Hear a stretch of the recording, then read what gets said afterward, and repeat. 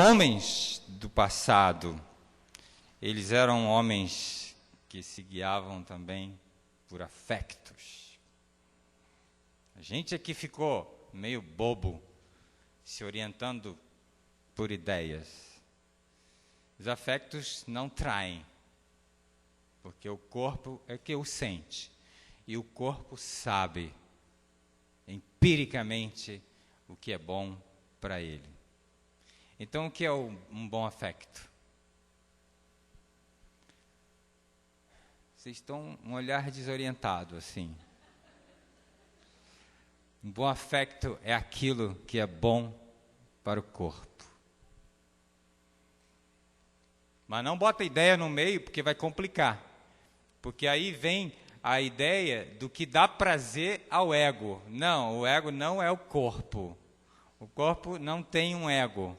O corpo tem uma memória corporal, uma memória biológica, genética, mas o corpo não constrói ideias. A mente faz ideias sobre o corpo. E se elas não estiverem de acordo com o corpo, de nada valem. Para que serve a nutrição? A nutrição estuda e depois vem dizer para o corpo o que é bom para ele? A nutrição estuda o corpo. E aí vai dizer o que o corpo falou que é bom para ele. Não é assim? A medicina se trancou numa sala e estudou a medicina e agora vem dizer para o corpo o que é bom para ele? Não, a medicina se debruçou sobre o corpo. Pena que começou sobre um corpo morto. Que deveria ouvir o corpo vivo. Mas a medicina tem como base a biologia, que é a escuta do corpo. Então, não há temor quando você tem o corpo como base para construir verdades para ele. É seguro. A criança é um bom exemplo. Tem dois indivíduos que usam a criança como exemplo, dois indivíduos muito antípodas. Um foi Cristo, né? Pegou uma criança e diz, tem que se tornar como um desses pequeninos para entrar no reino dos céus. Porque a criança é essa sabedoria viva, ativa, voltada para o presente, para o instante. A criança não tem uma memória muito longa. Isso a gente falou aqui há 4 anos atrás, né? Está gravado no YouTube. Quem não viu, perdeu metade da vida. Vai lá ver. Essa palestra que vocês gravaram aqui já me deu muito problema. Está no mundo inteiro e tem gente questionando por aí, fazendo discussões na internet. Como é que aquele psicólogo, com um discurso filosófico, falou dentro da igreja sobre ressentimento e memória? Aí alguém disse assim, a gente tem que respeitar, porque ele estava respeitando um ambiente religioso e falou baseado na Bíblia. Aí o outro disse assim, mas ele não tinha que usar a Bíblia para falar esse tema não é da Bíblia. Aí outro disse, mas ele encontrou na Bíblia. E, enfim, olha que riqueza que isso deu, né? Aí alguém do Canadá mandou um e-mail dizendo, você poderia vir aqui falar essa palestra para a gente sobre o ressentimento? E disse, não, está no YouTube, você põe aí para todo mundo ouvir. Pegar avião, vocês sabem, né, do meu trauma com avião. Aquela coisa imensa que voa, pesado. Mas você está cheio delas, só que não percebe porque fechou a janela perceptiva do percepto. Não humana por quê? Porque não passa pela consciência de um eu. Você está cercado deles, mas não os percebe. Isso é o percepto. E o afecto é uma sensação não humana da natureza. E também não sentimos porque estamos condicionados aos órgãos dos sentidos que passa pela consciência de um eu. Aí a gente ficou empobrecido. O mundo transcorre diante da gente e a gente não vê. A vida passa diante de nossos olhos e a gente não percebe. Por isso estamos insensíveis. A ideia da maritaca, eu vim aqui no IAE fazer uma conferência sobre ética e foi uma experiência interessante, porque tinha uns 2.000 alunos mais ou menos, mas eles não queriam a palestra. Eles não queriam. Mas antes do quarto onde eu estava, eu ouvi as maritacas, muitas, revoando pelo terreno e subindo nas árvores, comendo umas sementes. E eu fui lá ver. E fiquei debaixo da árvore, vendo aquela orquestra fantástica, aquela sonoridade cheia de perceptos e afectos. Que antes de perceber a maritaca, que já passou por uma consciência de um eu, existe uma outra coisa que não passou por ali, que é a forte sensação de estar diante de um animal tão belo, tão delicado ao mesmo tempo, tão sensível, bonito e alheio à minha presença ali. Fiquei apaixonado por aquela cena. E aí fui dar aula. E aí perguntei para os alunos, vocês viram as maritacas? Não vimos. Mas estava aqui, do lado. Não vimos. Estava todo mundo preocupado com prova, não sei o quê, e não viram as maritacas. Tudo bem, aquilo era uma questão minha com as maritacas. E foi muito boa. Depois, os 2.000 alunos pedi para sair, ficaram 300, foi muito bom os 300. A gente se afetou de forma belíssima, os 300. Os 2.000 não ia se afetar mesmo. Mas então, há nesse momento algo da ordem do percepto e do afecto ocorrendo em torno de alguém. E esse alguém talvez não esteja percebendo. Está perdendo vida que está ocorrendo por ali. Por quê? Porque o percepto e o afecto, ele está relacionado com o instante presente. Ele não ocorre ontem nem amanhã. Ele ocorre no exato instante. Você não pode imaginar um gato vivendo de passado, uma borboleta voando no passado. Você não pode ver uma borboleta no futuro. Você só percebe uma borboleta no presente. Ela está mergulhada no presente. Você não pode ver uma criança de 2 anos, 1 ano, ressentindo o passado. Não tem essa criança. Talvez a gente construa ela um dia. A gente consegue esses feitos extraordinários, né? De fazer o ressentimento chegar nas crianças. Mas não tem essa criança. A criança vai brincar na areia da praia e constrói um castelo, a onda leva, e o que ela faz? Ela se diverte com aquilo, acha fantástico, como que a onda levou em poucos segundos algo que ela levou horas para fazer. Aí ela começa a fazer de novo. Então, ressentir o castelo que a onda levou é coisa para a memória que mergulha no passado. E a criança não tem isso. A criança sai no tapa com o irmão, arranca o cabelo dele, né? E os dois ficam bem chateados. Daqui a pouco, dormem abraçados. Então, o afecto está relacionado a esse instante aí. Quando ele retorna em forma de lembrança, aí a gente é ressentido. Porque você está sentindo de novo o que já sentiu. E isso é uma praga, né, do adulto. Deve ter aqui bastante gente ressentindo hoje o ontem. Mas o ontem não existe ele só existe em forma de memória, ele fluiu com o tempo, o ontem é o hoje que passou, o amanhã é o futuro que é o hoje que não chegou. É só você ir reduzindo isso a minutos e a fração de segundos que você vai encontrar tudo no hoje.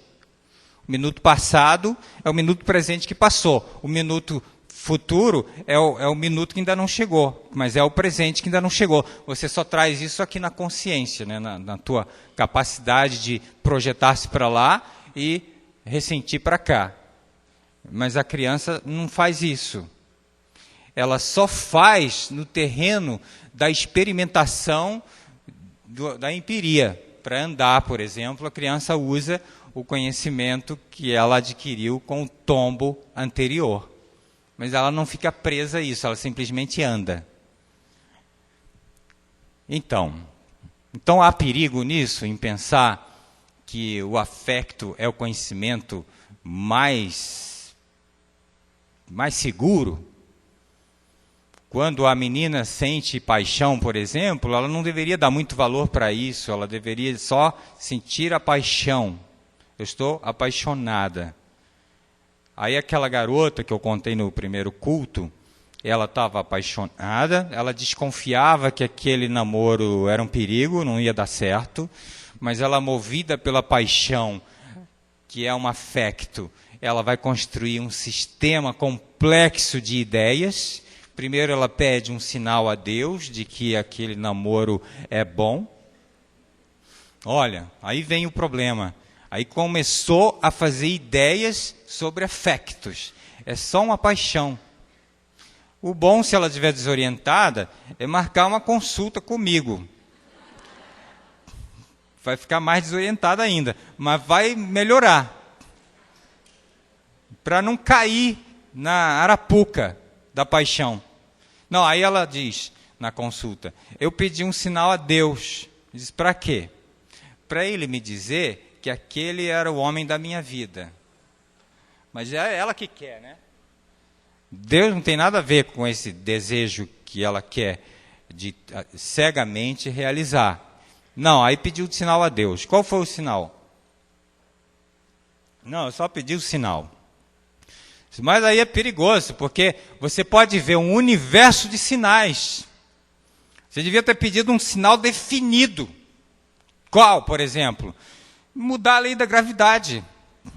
Aí era um sinal claro, objetivo, você não teria dúvida nenhuma. Eu disse, Deus, eu vou jogar uma moeda para cima. Se ela subir, continuar subindo e não parar de subir e cair, então eu vou acreditar que é. Não, ela pediu um sinal, mas propositalmente ela não dá uma determinação, porque ela tem medo de que o sinal não venha. Aí você vê o sinal, vi. Qual foi? O mar estava mais azul naquele dia. Porque ela mora na cobertura de um prédio, de frente para o mar. O mar estava mais azul, mas o mar estava tão lindo. Nunca teve assim o mar. Isso é verdade. E o que mais? Isso um pássaro pousou na minha janela. E até cantou. Um pássaro veio por ali. Um pássaro nunca foi ali. Então aí você concluiu sua tese de que aquele era o homem da sua vida e você se jogou nos braços dele. E agora? Por que você veio aqui na terapia? Para marcar o casamento? Não, porque eu estou enlouquecida. O cara é um cafajeste, não presta, me enrolou. E, enfim, como é que Deus foi fazer isso com você, né? Você entendeu a arapuca da ideia? Não bota a ideia no afecto, que vai dar problema. Vai dar muito problema. Construa um conhecimento sobre o afecto. Está funcionando? Então, Aí, como a vida banhada de afecto, ela está mergulhada no agora, né? Ela só pode ser uma relação com o presente. Então a gente já falou isso de manhã, pode passar. Já passamos de manhã.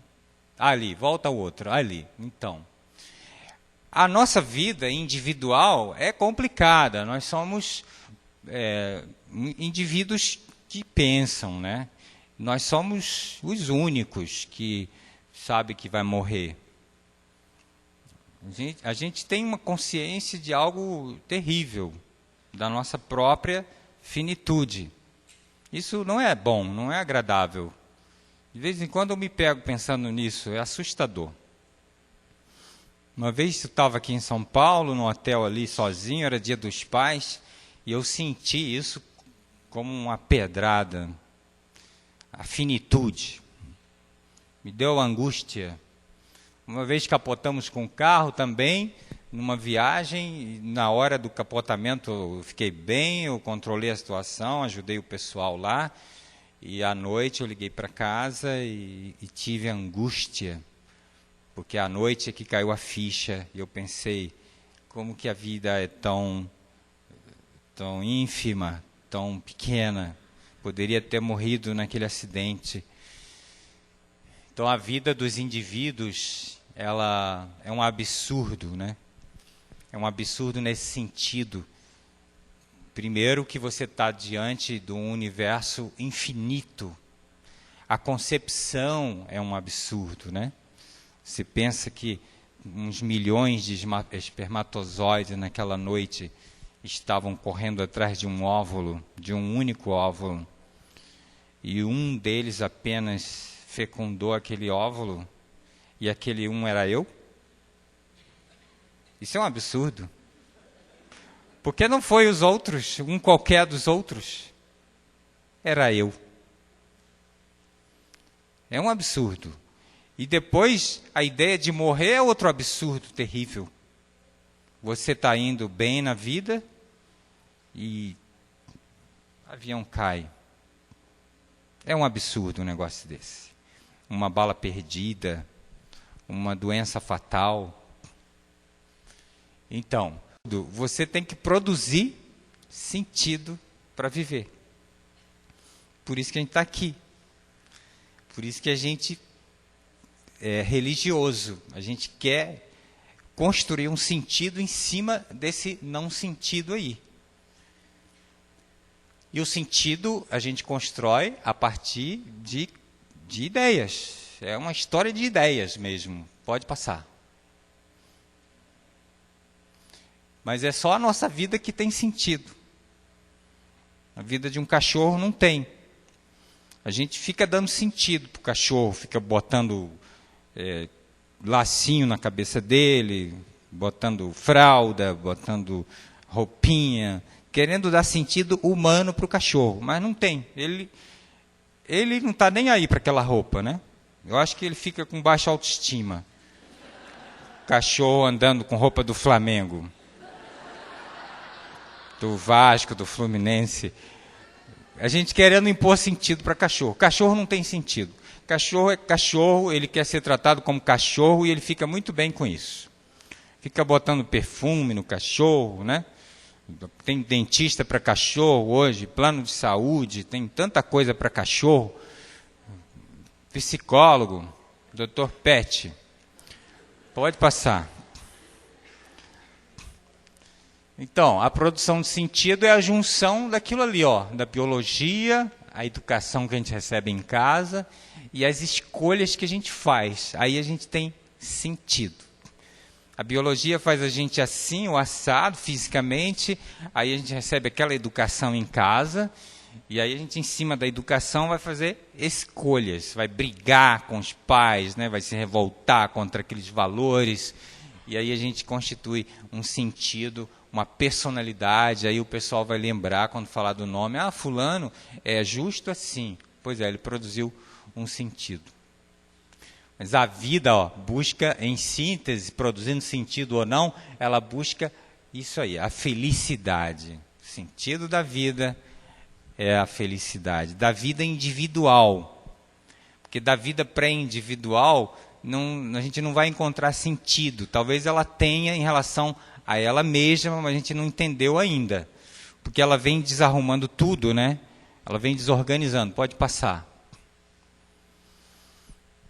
Então, o sentido, ele está dividido aí entre sociedades, né? A nossa, por exemplo, a que a gente está inserido aqui, ela vive na busca desse sentido ali entre o paraíso que a gente perdeu e o paraíso que a gente vai conquistar.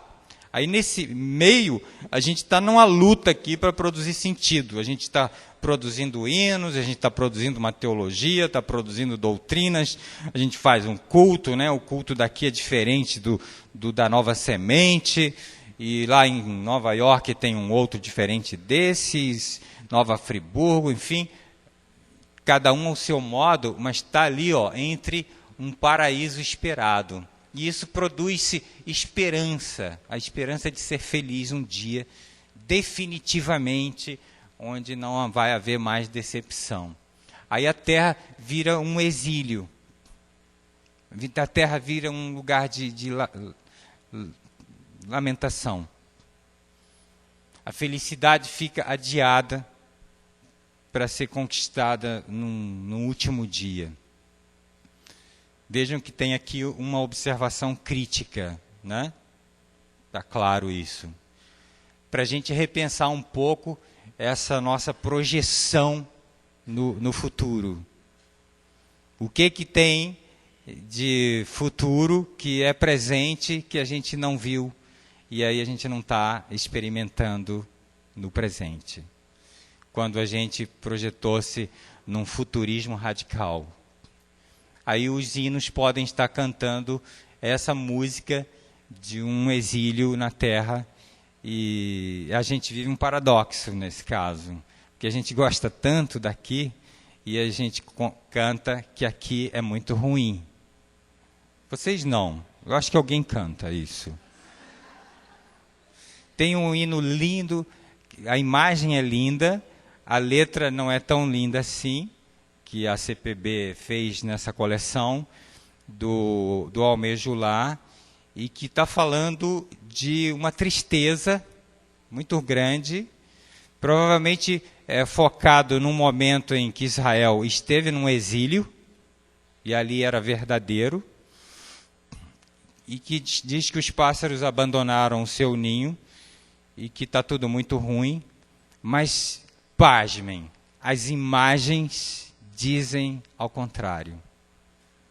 As imagens, o pássaro está chocando os seus ovinhos no ninho, as cachoeiras são lindas, fantásticas, as flores são exuberantes, o ar é perfeito, a chuva é linda, está tudo tão bonito, mas a letra está falando ao contrário. Então seria a ideia da gente olhar melhor o afecto que aquilo me produz. Porque acaba funcionando de uma forma inconsciente em produzir uma tristeza que eu não quero sentir, que eu não sinto, na verdade. Existe ali dois afectos, da imagem, que produz alegria, e da letra, que pode produzir tristeza e depressão. Porque o corpo, ele não tem a percepção crítica, ele sente imediato, ele sente para valer. O cérebro recebe a captação da mensagem e aí reúne lá uma comissão especial, diz, olha, essa pessoa está dizendo que está triste, cantando que está triste, e a gente tem que produzir o hormônio de tristeza para ela. E produz. Aí produz corticoide, porque se ela está triste, ela pode cortar os pulsos. Então, produz corticoide para engrossar o sangue, para ela não ter uma hemorragia, e produz adrenalina e noradrenalina, cantando uma letra que a pessoa nem pensou se deveria e se quer cantar ou não. E aí o outro esquece a letra e presta atenção na imagem, que é linda. Aí o cérebro se reúne também e diz, essa pessoa está sentindo um afecto e um percepto muito bom. vamos produzir os hormônios correspondentes a essa sensação. Aí produz endorfinas gostosas, serotonina, dopamina, e ela fica feliz. E aí a outra do lado, esse mundo é muito ruim, né? Muito ruim. Mas por quê? É muito ruim, eu não sei por quê, mas é. Porque o hormônio que produziu é para causar esse tipo de sensação. Por isso que eu escolhi o Beethoven para cantar de manhã. Lindo, lindo aquele hino. Fantástico. Há uma endorfinada geral aqui na plateia quando canta a quinta de Beethoven, com aquela letra fantástica. Hã? Nona, desculpe. Quando canta aquela letra seguida daquela melodia. Aí o teu corpo é afetado pela alegria, que é o que ele busca. Então, por que a gente sabe que é um bom afecto? Porque aumenta a potência de agir de um corpo. Sempre que um encontro com outro corpo, no caso a música, a imagem, a sonoridade, o alimento, o amigo, o culto, o abraço, sempre que é um bom encontro, aumenta a potência de agir do corpo. E o corpo sabe disso, ele prolifera de afecções positivas, e aí ele quer de novo, e é direito natural do corpo. O corpo sabe. Quando o encontro é ruim, diminui a potência de ação do corpo. Claro, você enche o corpo de corticoide, você diminui tudo. Você diminui o sistema imunológico, você diminui a capacidade de sentir prazer, capacidade de sentir alegria, você diminui tudo, porque esse hormônio é produzido para uma situação crítica no corpo. Sob ameaça você produz o corticoide, e a adrenalina e noradrenalina. Então a gente poderia pensar que a Terra não é um exílio. Foi Deus que criou. E a eternidade vai ser na Terra. Vai ser tirado da Terra, nesse caso, o crime. Vai ser tirado o mal, o perverso. E essa Terra vai ser afirmada como a Terra. É a Terra. E aí é no futuro, essa questão, é um futuro relativo, porque quando se pergunta para Jesus, Senhor, quando que isso vai acontecer? Quando que o reino dos céus virá? Ele diz, o reino dos céus está entre vós. Então ele mostra que esse acontecimento, com uma perspectiva do futuro, se iniciou num presente e já começou. Então esse gozo do reino eterno, do paraíso perdido, já é para ser vivido, porque já foi ultrapassado o risco de não haver. Já aconteceu. Como a vida não tem passado nem futuro, e na mente de Deus não tem passado nem futuro, isso já acontece, isso está aqui, agora. Então a gente poderia cantar essa afirmação, essa bela afirmação. Pode passar. Não viver nesse drama aqui, que o Schopenhauer vive, né? Que ele colocou a vontade ligada a alguma coisa que a gente perdeu. E aí o desejo da cristandade, não do Cristo, da cristandade, ficou relacionado a algo perdido. E aí o Schopenhauer, estudando essa coisa perdida, que geraria vontade, dizer, você tem vontade porque perdeu, e aí quando você encontrar, você não terá mais vontade. Ele diz que ao depender de algo perdido para você ser feliz, você experimenta uma infelicidade, porque quando o perdido gera vontade, logo a vontade está dependendo do que se perdeu, quando você encontra, você cai na falta de vontade, aí você entra em tédio. Aí você inventa outra coisa que supostamente não tem para você ter. Aí entra em angústia de novo. Aí consegue, entra em tédio outra vez. E aí, sabe, a notícia ruim é que o paraíso perdido acabará sendo um tédio. Porque finalmente eu consegui, agora eu não tenho mais vontade dele, eu não tenho mais necessidade dele. Quando o paraíso já está instaurado, e você está nessa viagem e não percebeu. E se lamenta ainda desse mundo belo, extraordinariamente belo. Que a gente acredita tanto nele que faz filhos. Como esses de hoje, que estava sendo apresentado aqui na história. E são lindas as crianças. Pode passar.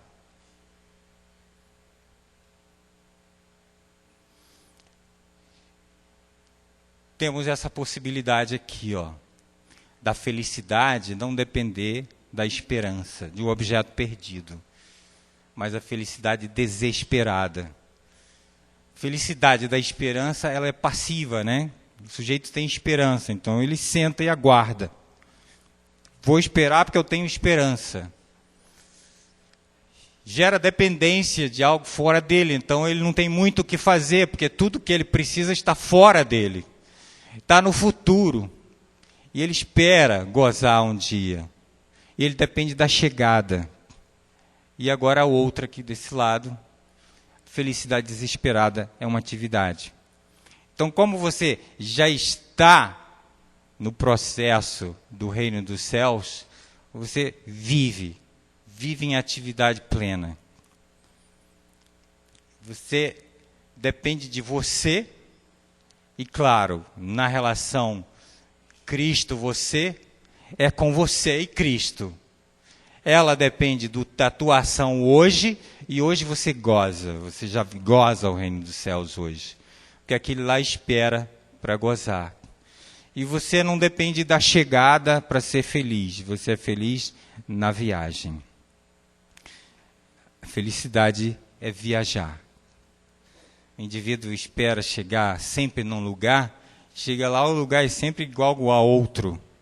Tem que ir para o hotel, desarrumar a mala, ver se a comida presta, se não presta. Mas e a viagem, o percurso? Foi lindo. Ele não viu. Subir para Nova Friburgo é lindo a subida. Chegar em Friburgo é igual. Praça é a mesma, as pessoas são as mesmas. A subida é um afecto novo, sempre, muito bonito. É uma paisagem exuberante. Vocês têm que ir lá. Pode passar. Pode passar essa também. Olha aqui. Essas crianças estão em que tempo? Não tem como ver essas crianças no passado, nem no futuro. Elas estão mergulhadas no presente. Elas estão se deliciando com os afectos do presente. Lindas, né? Então, agora eu queria que você passasse uma cena do filme para a gente concluir. Esse rapaz do filme, ele estava pensando no futuro, em ganhar as Olimpíadas, mas ele estava jogando tempo fora. Só um minutinho. E encontrou um velho que se tornou conselheiro dele, que era um mecânico, que ele desprezava, porque era um mecânico. Ele era burguês, o garoto, rico, de uma universidade americana famosa. E aí, como ele estava pensando que ganharia no futuro, ele relaxou no presente. E aí sofreu um acidente de moto e quebrou as 2 pernas. E aí estava condenado, não ia mais a lugar nenhum. Mas aí o mecânico disse: agora você tem chance. Que agora o teu eu foi esmagado junto com tuas pernas. Você não vai mais se projetar no futuro, porque o teu presente é desesperador. Então agora você vai trabalhar no presente. E você vai vencer. E aí eu coloco o final do filme para vocês. É um filme muito lindo, vejam em casa. É Poder Além da Vida.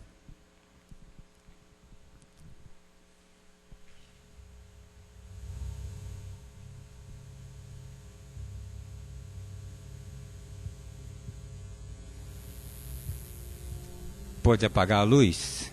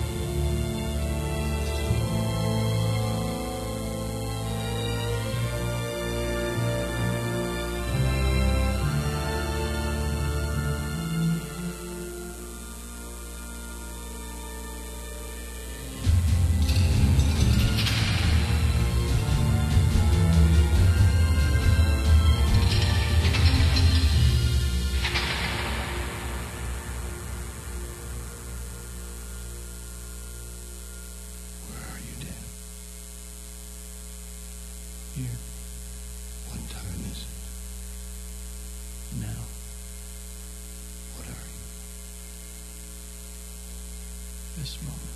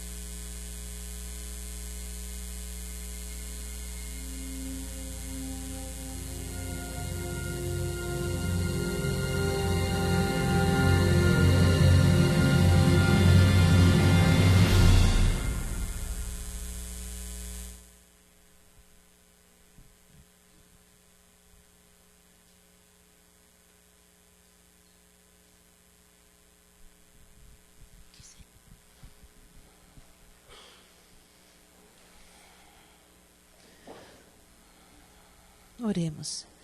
Senhor querido, muito obrigada pelo agora, pelos momentos, que nós possamos ter a consciência plena de que o que nós temos é o agora, e que o Senhor possa estar conosco, e que o Senhor nos encaminhe para onde temos que ir, que o Senhor desenvolva dentro do nosso coração a alegria, a fé, que jamais nós percamos a esperança, e que o nosso coração fique sempre cheio de amor, amor por nós, amor pelo outro e, acima de tudo, amor por Ti. Por Jesus. Amém. Só queria que a gente terminasse com um abraço, um grande abraço.